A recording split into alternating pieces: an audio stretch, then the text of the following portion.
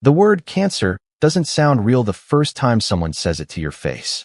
I sat in the small office, staring at the scan on Dr. Anita Shah's screen, waiting for her to tell me it was a mistake. She didn't. Daniel, I know this is hard to hear, Dr. Shah said, folding her hands on the desk. But the biopsy confirms it. It's stage 2. Treatable, but we need to start immediately. Stage 2. I repeated, like saying it back would make it smaller. That means it's already spreading? It means we caught it early enough to fight, Dr. Shah said gently. But I won't lie to you. This is going to be a long road. You'll need chemotherapy, possibly surgery. You should have someone with you for this. Family. Support. Family. The word hit harder than the diagnosis. I have a wife, I said quietly. Then call her, Dr. Shah said. Today, don't carry this alone. I sat in my car in the hospital parking lot for 10 minutes before I could make myself dial her number. My hands wouldn't stop shaking.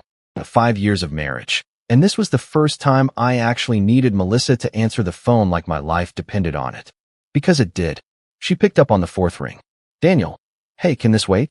I'm getting ready, Melissa said, her voice rushed, distracted. Melissa, I just came from the doctor, I said. It's not good news. What doctor? Wait, hold on.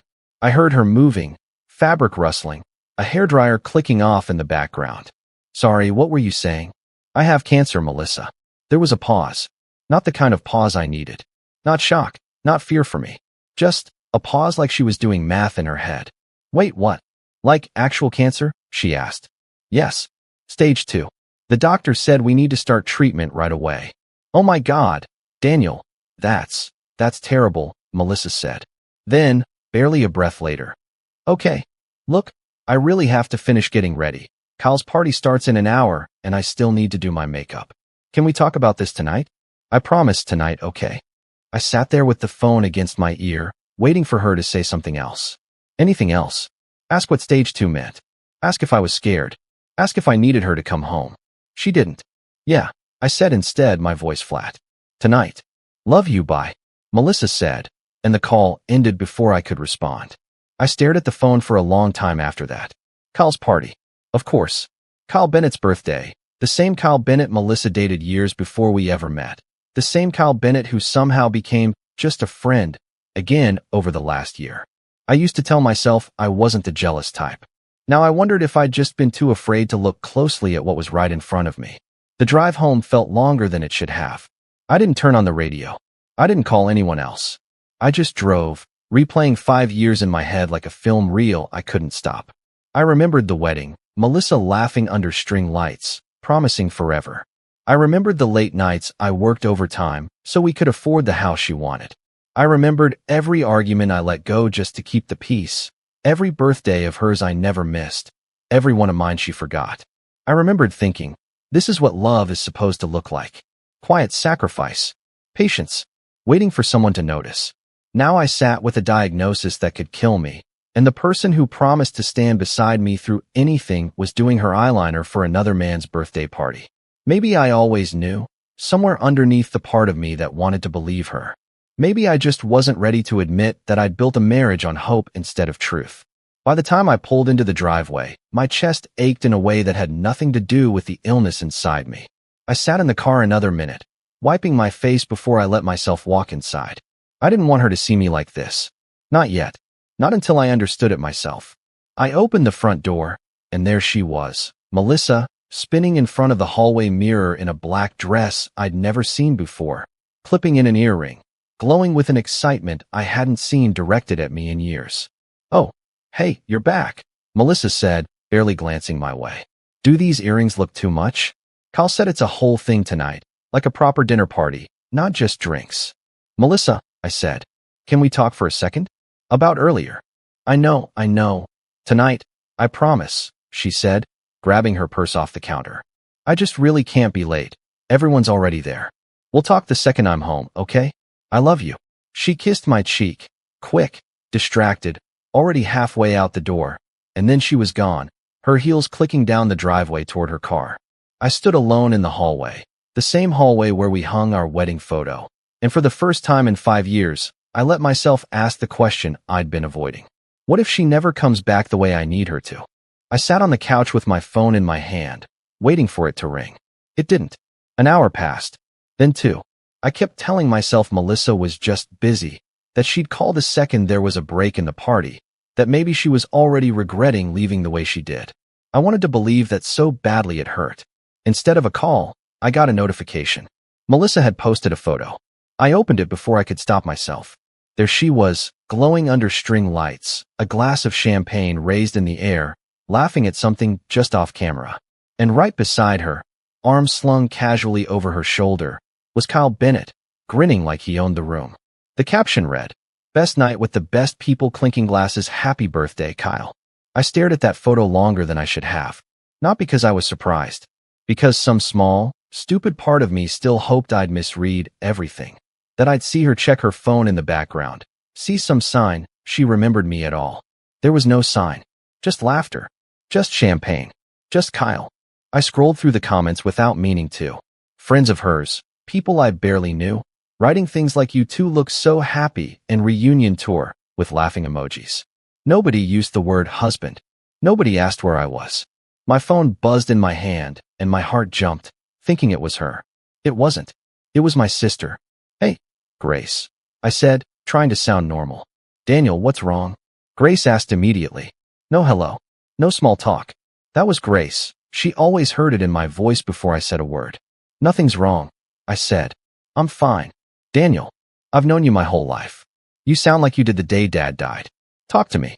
I opened my mouth to lie again, and instead, something in me just broke. "I have cancer, Grace." Silence on the other end. Then, quiet and careful. "Say that again." "Stage 2.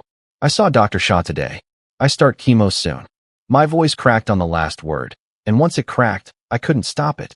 Everything I'd been holding since the parking lot came out at once. I called Melissa right after. I told her everything. "And?" Grace asked, her voice tightening. "And she said she had to finish getting ready for Kyle's party." "She what?" "She said we'd talk tonight." Then she came home, got dressed, and left. She didn't ask what stage 2 means. She didn't ask if I was scared. She just left. Grace. "Daniel." Grace's voice was shaking now, and not from sadness. From fury. "Tell me you're joking. Tell me she didn't actually leave you alone after news like that." "She's at the party right now," I said. She posted a picture. Champagne. Kyle's got his arm around her. "I'm going to kill her," Grace said flatly. "I mean it. I am getting in my car right now." "Grace, don't." "Don't what?" "Don't be furious that your wife left you to deal with a cancer diagnosis by yourself so she could toast champagne with her ex." "Daniel, are you hearing yourself?" I pressed my palm against my forehead, eyes burning. I don't know what I'm hearing anymore. I keep thinking maybe I'm overreacting. Maybe she just didn't understand how serious it was. "You told her you have cancer." There is no version of that sentence she could have misunderstood, Grace said. "This isn't about her not understanding, Daniel. This is about her not caring enough to stay." I didn't answer, because somewhere deep down, I knew Grace was right, and hearing it out loud made it real in a way I wasn't ready for. "How are you feeling?" Grace asked, softer now. "Physically, I mean. Are you in pain?" "Tired," I admitted. "Scared. I keep thinking about what happens if the treatment doesn't work. And then I think about how I'll have gone through all of it without her even noticing." "You won't go through it without noticing," Grace said. "You have me. You have Mom. Tom's going to lose his mind when he finds out. You know that." "I haven't told him yet." "You will." "But Daniel." Grace paused. "What are you going to do?" "About Melissa?" I looked at the photo still glowing on my phone screen. Melissa's laugh frozen mid-frame. Kyle's arm around her like it belonged there. "Nothing," I said. "Nothing. I'm not calling her again tonight. I'm not going to beg her to ask about me. I already told her once, Grace." She chose the party. My voice came out steadier than I felt. "So I'm going to wait. I'm going to watch what she does next, and I'm not going to say a word." "Daniel, that's not like you. You always chase after her, you always." "I know," I said. "That's the problem. I've spent 5 years chasing. Tonight, I'm done." Grace was quiet for a moment. Then, "Okay, but I'm coming over tomorrow. And Daniel, when she gets home tonight, you don't know her calm. You don't know her patience. Not this time." "I know," I said again, though I wasn't sure I believed it yet. After we hung up, I sat in the dark living room, phone resting face down on my knee so I wouldn't keep checking it. Somewhere across town, Melissa was laughing under string lights. And for the first time in our marriage, I decided I wasn't going to compete for her attention. I was just going to watch and wait and see exactly who she chose when it mattered most. Melissa came home a little after midnight, her heels dangling from one hand, her laugh still lingering in her voice like she hadn't fully left the party behind. "You would not believe how much fun that was," she said, dropping her purse on the counter. "Kyle rented out that whole rooftop place downtown. There was a live band. I danced so much my feet are basically dead." "Sounds like a good night," I said, watching her from the couch. "It was amazing." She kicked off her shoes and flopped into the armchair across from me, scrolling through her phone, still smiling at something on the screen. "Oh, and Kyle's doing so well now, did I tell you? He just got promoted. Regional director or something. He seemed really happy." "That's great," I said quietly. She didn't look up. I waited, giving her space, hoping she'd remember, hoping she'd ask. "So, you said this morning something about the doctor," I said finally, testing the water. "I've actually been feeling pretty rough the last few days. Tired all the time. Kind of achy."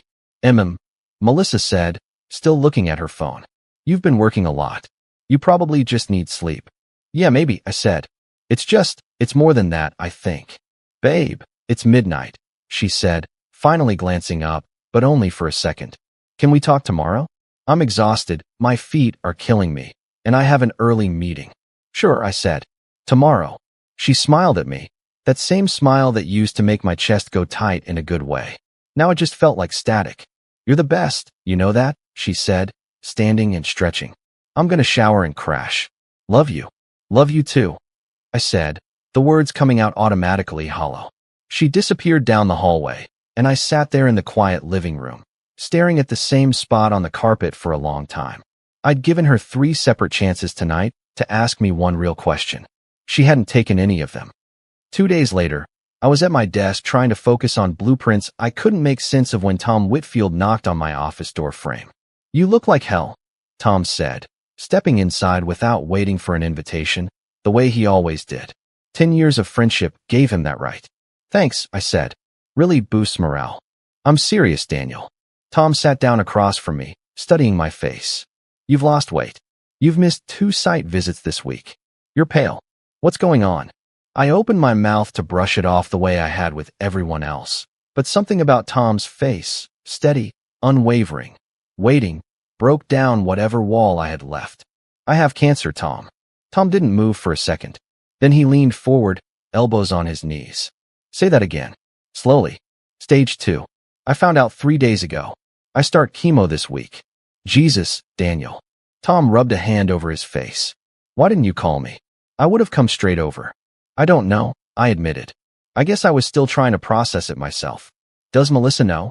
Tom asked. "She knows," I said. "I told her the day I found out." And I let out a breath. She was getting ready for Kyle Bennett's birthday party when I called. She said we'd talk that night. We didn't. She hasn't asked a single question since. Tom's jaw tightened. "Are you kidding me?" "I wish I was." "Daniel, that's not just distracted, that's—" Tom stopped himself, shaking his head. "Okay, forget her for a second. What do you need?"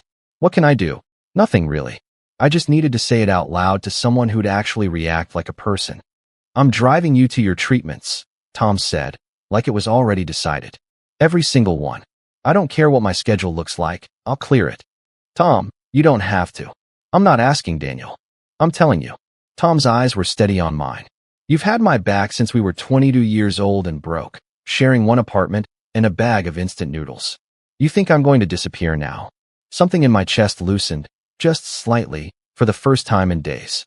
"Thank you," I said quietly. "Don't thank me. Just let me help." Tom stood, squeezing my shoulder on his way out. "First appointment." "What day?" "Thursday," I said. "I'll be there at 7. Thursday morning, I sat in the treatment chair at the cancer center, a thin line running from a bag of clear liquid into my arm. Tom sat beside me the whole 4 hours, talking about nothing important. Old college stories, a project at the office, anything to keep my mind off the cold feeling spreading through my veins. Melissa thought I was at a work conference in Chicago. "You're sure you don't want me to tell her the truth?" Tom asked quietly, glancing at the 4 bag. "Not yet," I said, staring at the ceiling. She didn't ask where I was going. She just said, "Have a safe flight," and went back to her phone. Tom didn't say anything else. He didn't have to. We both understood what that silence meant. I closed my eyes and let the medicine do its work, the room humming quietly around me.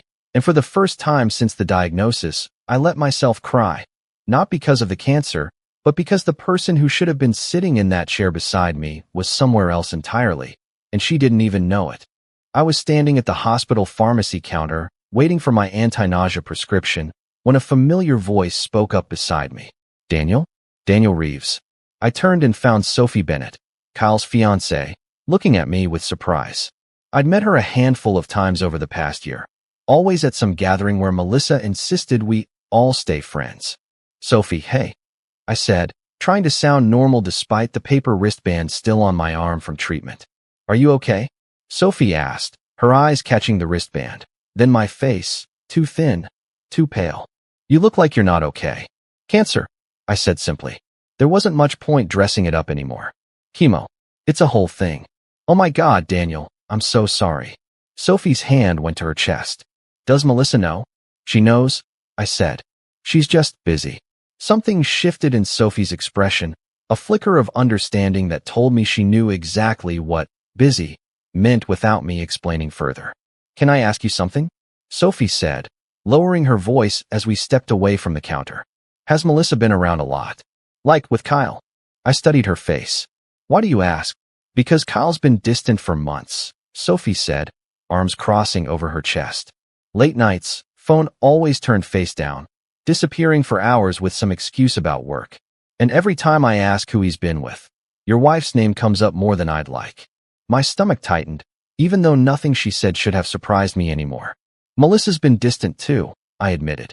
Sneaking calls into other rooms. Coming home late. I thought maybe I was imagining it. I don't think either of us is imagining anything, Sophie said quietly.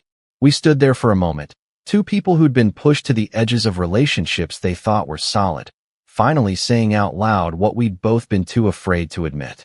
I'm sorry you're going through this, Sophie said. Both things. The cancer and this. I'm sorry too, I said. You don't deserve to be someone's afterthought either. Sophie gave me a small, sad smile. Maybe we should talk more. Compare notes. I have a feeling we're circling the same fire. Yeah, I said. Maybe we should. We exchanged numbers before I left, an unspoken agreement between two people who finally had someone who understood exactly what the other was carrying. Over the next 2 weeks, Melissa's absences grew longer. She'd take calls in the bathroom, door locked, voice dropping to a whisper the second I walked near. She came home late 3 nights in a row, always with a different excuse. A work dinner, a girls' night, a quick coffee that stretched past midnight. Meanwhile, my body was falling apart in ways I hid from her completely. The nausea got worse. I lost more weight. Some mornings I could barely stand up straight without the room tilting sideways. But every time Melissa asked, "How are you feeling?" in that distracted, half-listening way, I said fine, and let her walk past me to check her phone. I told myself I was protecting her from worry. The truth was, I'd stopped believing she'd actually worry at all, and some broken part of me couldn't stand to test that theory again and be disappointed. Sophie texted me sometimes, small check-ins. How was treatment today? Kyle came home smelling like perfume that wasn't mine. You okay? We'd become each other's evidence, quietly building a case neither of us wanted to be true. One night, after a treatment session that left me weaker than usual, I came home and laid down on the couch, telling myself I'd get up in a few minutes and make dinner. The room spun gently around me, my skin cold and clammy despite the warm house. I texted Melissa, not feeling great tonight. Might need you home early, No response. An hour passed. I tried standing to get water, and the moment I got to my feet, the room tilted violently sideways. My vision blurred at the edges, my knees buckled, and the last thing I remembered was the coffee table rushing toward me before everything went black. I don't know how long I was on the floor before I heard the front door open. Daniel? Whose car is blocking the driveway? I almost hit. Melissa's voice cut off. Daniel? Oh my God, Daniel. I blinked, my eyes open slowly, my head pounding, a sharp pain in my side where I must have hit the table on the way down. Daniel, can you hear me? What happened? Melissa knelt beside me, but even through the haze, I could hear something in her voice that wasn't quite panic. It was closer to irritation. I texted you, I mumbled. Said I wasn't feeling good. I didn't see it. I was at dinner with the girls. My phone was in my purse, Melissa said, helping me sit up. God, Daniel, you scared me. Can you stand? I think so, I said, though my head throbbed with every movement. Okay, let's get you to the couch. Do you need water? Should I call someone? Melissa asked, but even as she said it, I noticed her glancing at her phone screen lighting up on the counter, distracted mid-sentence. I'm fine, I said quietly. Just dizzy. The treatment does that sometimes. This is so scary, Melissa said, settling me onto the couch. You really need to be more careful, Daniel. What if I hadn't come home when I did? I looked at her, waiting for her to ask why I collapsed in the first place. Waiting for her to ask what the doctor said, whether this was normal, whether I needed to go to the hospital. Instead, her phone buzzed again on the counter, and she glanced toward it like a reflex she couldn't control. I should probably check that, Melissa said. It might be important. You'll be okay for a second, right? I closed my eyes, the ceiling still spinning faintly above me. Yeah, I said. I'll be fine. She walked away to check her phone, and I lay there alone on the couch, my body aching, and understood with a clarity sharper than any diagnosis that the marriage I was fighting to survive for had already died somewhere along the way. I just hadn't buried it yet. My mother called the morning after I collapsed, her voice sharp with worry the second I picked up. Grace told me what happened, Margaret Reeves said. You collapsed, Daniel, and Melissa didn't even take you to the hospital? I told her I was fine, I said, sitting at the kitchen table, still sore from hitting the floor. That's not the point, Mom said. The point is you're protecting her feelings instead of protecting your own life. Daniel, I raised you to be kind, not to disappear so someone else feels comfortable. I don't know how to stop, Mom, I admitted. 5 years of putting her first. It's just what I do. Then it's time you learn something new, Mom said. Write it down if you have to. Say everything you've never said. Not for her. For you. I sat with that idea for the rest of the day, and by evening, I found myself at my desk with a blank page in front of me. I didn't write it to guilt her. I wrote it because 5 years of silence had built up in my chest like pressure with nowhere to go, and I needed somewhere to put it. Melissa. I've spent 5 years making myself smaller, so you'd feel bigger. I told myself that was love. I know now it was fear. Fear that if I asked for too much, you'd realize you didn't want to give it. Asterisk, I have cancer. I've been fighting it alone for weeks while you were somewhere else, laughing under lights that weren't mine. I kept waiting for you to notice. I don't think you ever will, and I think some part of me has known that for a long time. Asterisk, I'm not writing this to make you feel guilty. I'm writing it because I need to say, once, out loud, that I deserved better than being an afterthought in my own marriage. Asterisk. I stopped there, my hand hovering over the page, unsure if I'd ever have the courage to give it to her. I folded it and slid it into my desk drawer, telling myself I'd decide later. Later came faster than I expected. 2 days after I wrote the letter, Grace called me, her voice tight, with barely controlled anger. Daniel, you need to come to dinner tonight, Grace said. Mom's cooking. Everyone's coming. I'm not really in the mood for. Daniel, trust me, Grace said. You need to be there. I should have asked more questions. I didn't. I showed up at my mother's house that evening, exhausted from treatment, expecting a quiet family dinner. Melissa came with me, chatting the whole car ride about nothing, oblivious to whatever storm was waiting. We were barely seated at the table when Sophie Bennett walked in. Sophie, Melissa said, surprised. What are you doing here? Grace invited me, Sophie said, her voice steady but her eyes blazing. I think it's time everyone heard what I found out this afternoon. Found out what? Melissa asked, a nervous laugh creeping into her voice. I followed Kyle today, Sophie said, because I've had enough of the lies. And I found him at a hotel, Melissa. With you. The table went silent. Margaret's fork froze halfway to her mouth. Grace's jaw tightened like she already knew and was only waiting for the confirmation. That's not. Sophie, that's not what it looked like, Melissa stammered. Really? Sophie said. Because it looked exactly like two people who've been sneaking around for months. Kyle already admitted it, Melissa. He told me everything the second I confronted him. Every late night. Every excuse. All of it with you. Melissa. My mother's voice was quiet, but it cut through the room like a blade. Is this true? Melissa's eyes darted to me, panic rising. Daniel, I can explain. Explain what? I asked, my voice calmer than I expected it to be. Explain why you couldn't answer your phone the day I found out I had cancer, but you could sneak off to a hotel with Kyle Bennett? It's not like that, Melissa said, her voice cracking. Then what's it like? Grace snapped, unable to hold back any longer. Because from where I'm sitting, it looks exactly like what it is. You abandoned my brother while he was fighting for his life, so you could be with your ex. I didn't abandon him, Melissa said, tears filling her eyes now. Things got complicated, and Kyle understood me in ways. Don't, I said quietly, and something in my voice made her stop mid-sentence. Don't finish that sentence. The room went silent again. Margaret reached over and placed her hand over mine on the table, steady and warm. I think, my mother said slowly, you should go, Melissa. Tonight. Give Daniel some space. Margaret, please, this isn't, Melissa started. Go, Grace said flatly. Melissa looked around the table, at Grace's fury, at my mother's quiet disappointment, at Sophie's steady, unwavering stare, and finally at me. I didn't say anything. I didn't need to. Everything I would have said was already folded up in a letter sitting in my desk drawer at home. She stood up, grabbed her purse with shaking hands, and left without another word. The door clicked shut behind her, and for the first time in weeks, the silence in the room didn't feel heavy. It felt like the first breath after being underwater too long. I'm sorry you had to hear that here, Sophie said quietly, looking at me. But I couldn't keep pretending anymore. Not for Kyle, and not for her. Thank you, I said, and I meant it. You didn't know me anything, Sophie. But you gave me the truth anyway. Everyone deserves the truth, Sophie said.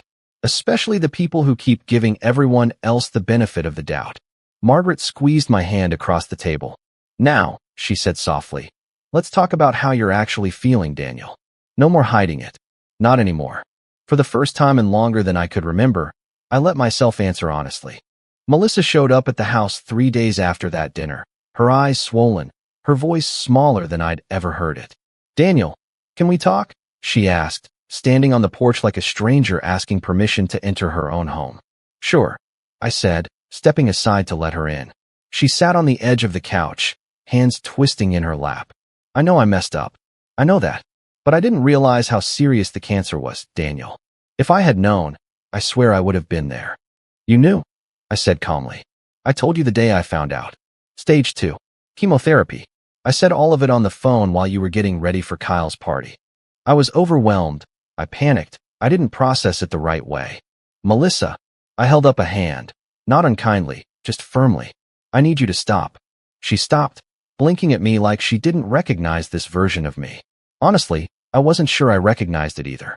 I kept a record, I said. Every appointment. Every time I texted you and you didn't respond.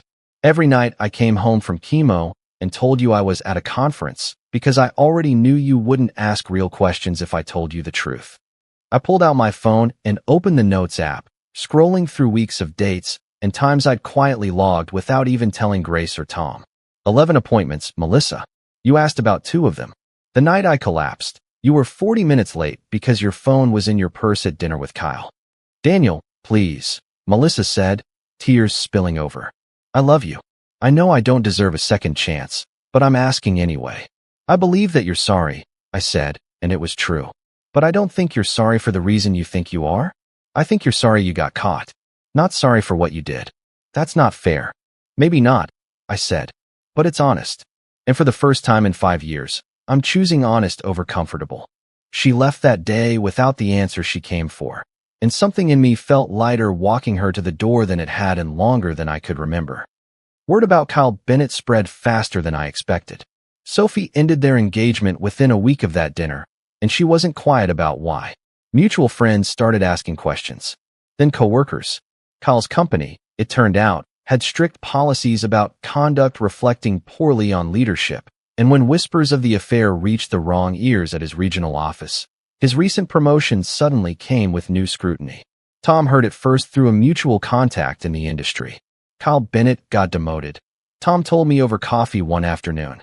Lost the regional director title. Word is his fiancée, leaving him made waves nobody could ignore. Doesn't feel as satisfying as I thought it would, I admitted.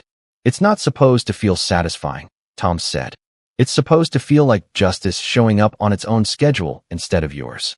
I thought about that for a long time. I hadn't asked for Kyle's downfall. I hadn't plotted it, hadn't wished it into being with any real intention. It had simply unraveled the way dishonesty always does eventually, on its own weight, without my help. My treatments continued through the following weeks, but something had shifted in how I carried them. Tom kept his promise, showing up every single appointment, sometimes bringing terrible jokes just to make the 4 hours pass faster.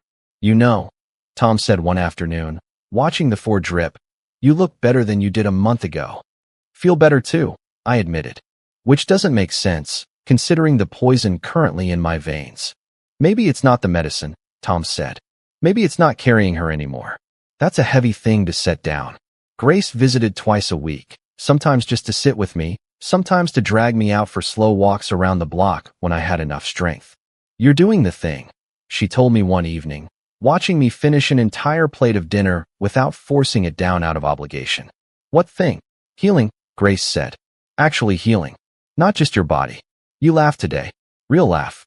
I haven't heard that in months." She was right. Somewhere between the letter I never sent and the dinner where the truth finally surfaced, something inside me had started mending in a way I hadn't expected. Dr. Shah confirmed at my next appointment that the treatment was working better than projected, the cancer responding well, my numbers improving faster than average. "Whatever you're doing outside of treatment," Dr. Shah said, reviewing my chart, "keep doing it. Stress affects healing more than people realize. You seem lighter than you did a few months ago." "I am," I said and meant it. Sophie texted me sometimes, updates on her own life moving forward without Kyle. Small check-ins that had become an unexpected friendship built from shared wreckage. Melissa texted too, less often now, apologies that grew shorter each time, as if even she understood there was less and less use in repeating them. I didn't hate her. I want to be honest about that. I just didn't need her anymore. Not the way I used to, not in the desperate, hungry way that had shaped 5 years of trying to earn attention that was never going to come freely. For the first time since the diagnosis, I fell asleep some nights without checking my phone, without waiting for a call that wasn't coming, without measuring my worth by how quickly someone else responded to it. I was still sick. I was still scared some days. But for the first time in longer than I could remember, I wasn't carrying it alone, and I wasn't carrying her either. 6 months after my diagnosis, Dr. Shah told me the words I'd been praying to hear. "Your scans are clean, Daniel," she said, turning her computer screen toward me. "The tumor's gone. We caught it early enough, and your body responded better than we could have hoped. I want to be careful with the word cured this soon, but I can tell you this is the best possible outcome." I sat there for a moment, letting the words settle into my chest. "So, I'm going to be okay."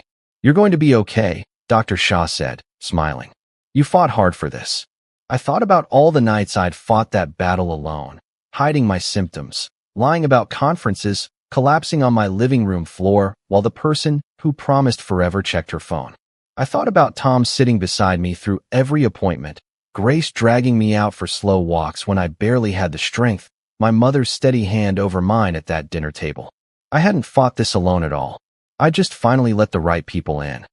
Grace organized a small gathering at Mom's house to celebrate the news. Nothing big, just family and the people who'd actually shown up. Tom brought a cake with "kicked cancers," but written across it in messy blue icing. Sophie came too, now a permanent fixture in our strange, rebuilt little circle of people who understood betrayal from the inside. Melissa asked to come. I almost said no. Then I decided I wanted her to see this, not for her sake, but for mine. I wanted her to witness the life I'd built without her in the middle of it. She stood near the doorway most of the evening, quiet, watching Tom make everyone laugh, watching Grace refill my water glass without me asking, watching my mother squeeze my shoulder every time she walked past like she still couldn't quite believe I was really okay. Near the end of the night, Melissa found me alone on the back porch. "You look happy," she said quietly. "I am," I said, and I realized as I said it that it was completely true.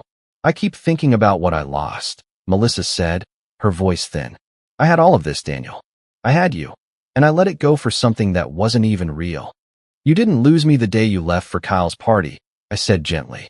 "You lost me slowly, over 5 years, every time I made myself smaller so you wouldn't have to make room for me. I let that happen too. I'm not innocent in this." "Is there any chance?" Melissa started. "No," I said, not unkindly, but with a certainty that surprised even me. I'm not angry anymore, Melissa. I don't want revenge. I don't need you to suffer the way I did. But I can't go back to being someone who waits by the phone hoping to be noticed. I spent 5 years doing that. I almost died doing that. Tears slipped down her cheeks, and for the first time since this all began, I felt something close to sympathy for her, not because she deserved my forgiveness, but because I finally understood that carrying anger toward her would only tie me back to the version of myself I was trying to leave behind. I hope you find whatever it is you were looking for, I said. I really do, but I'm not it anymore. I'm sorry, Daniel, Melissa said. For all of it. I know, I said. I believe you. That doesn't change anything, but I believe you. She nodded, wiped her eyes, and walked back through the house toward the front door. I didn't follow her. I didn't need to say anything else. Everything that needed saying had already been said, in a letter I never sent, at a dinner table where the truth spilled out on its own, and in this quiet moment on my mother's back porch.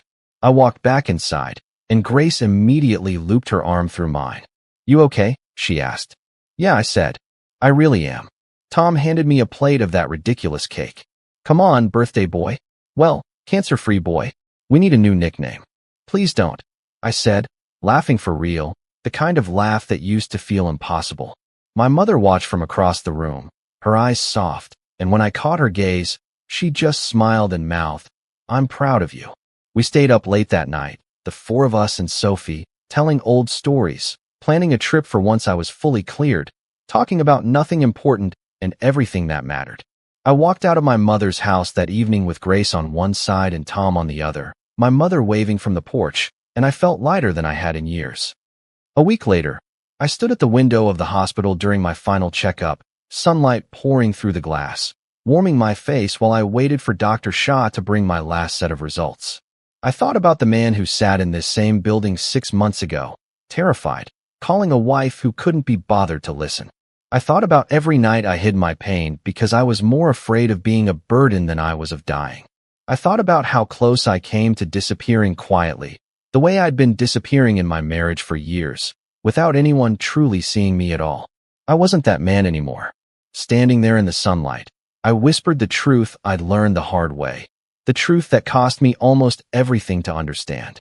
Survival doesn't just teach you how to live, I said quietly to no one but myself. It teaches you what you're actually worth. And for the first time and longer than I could remember, I believed it completely.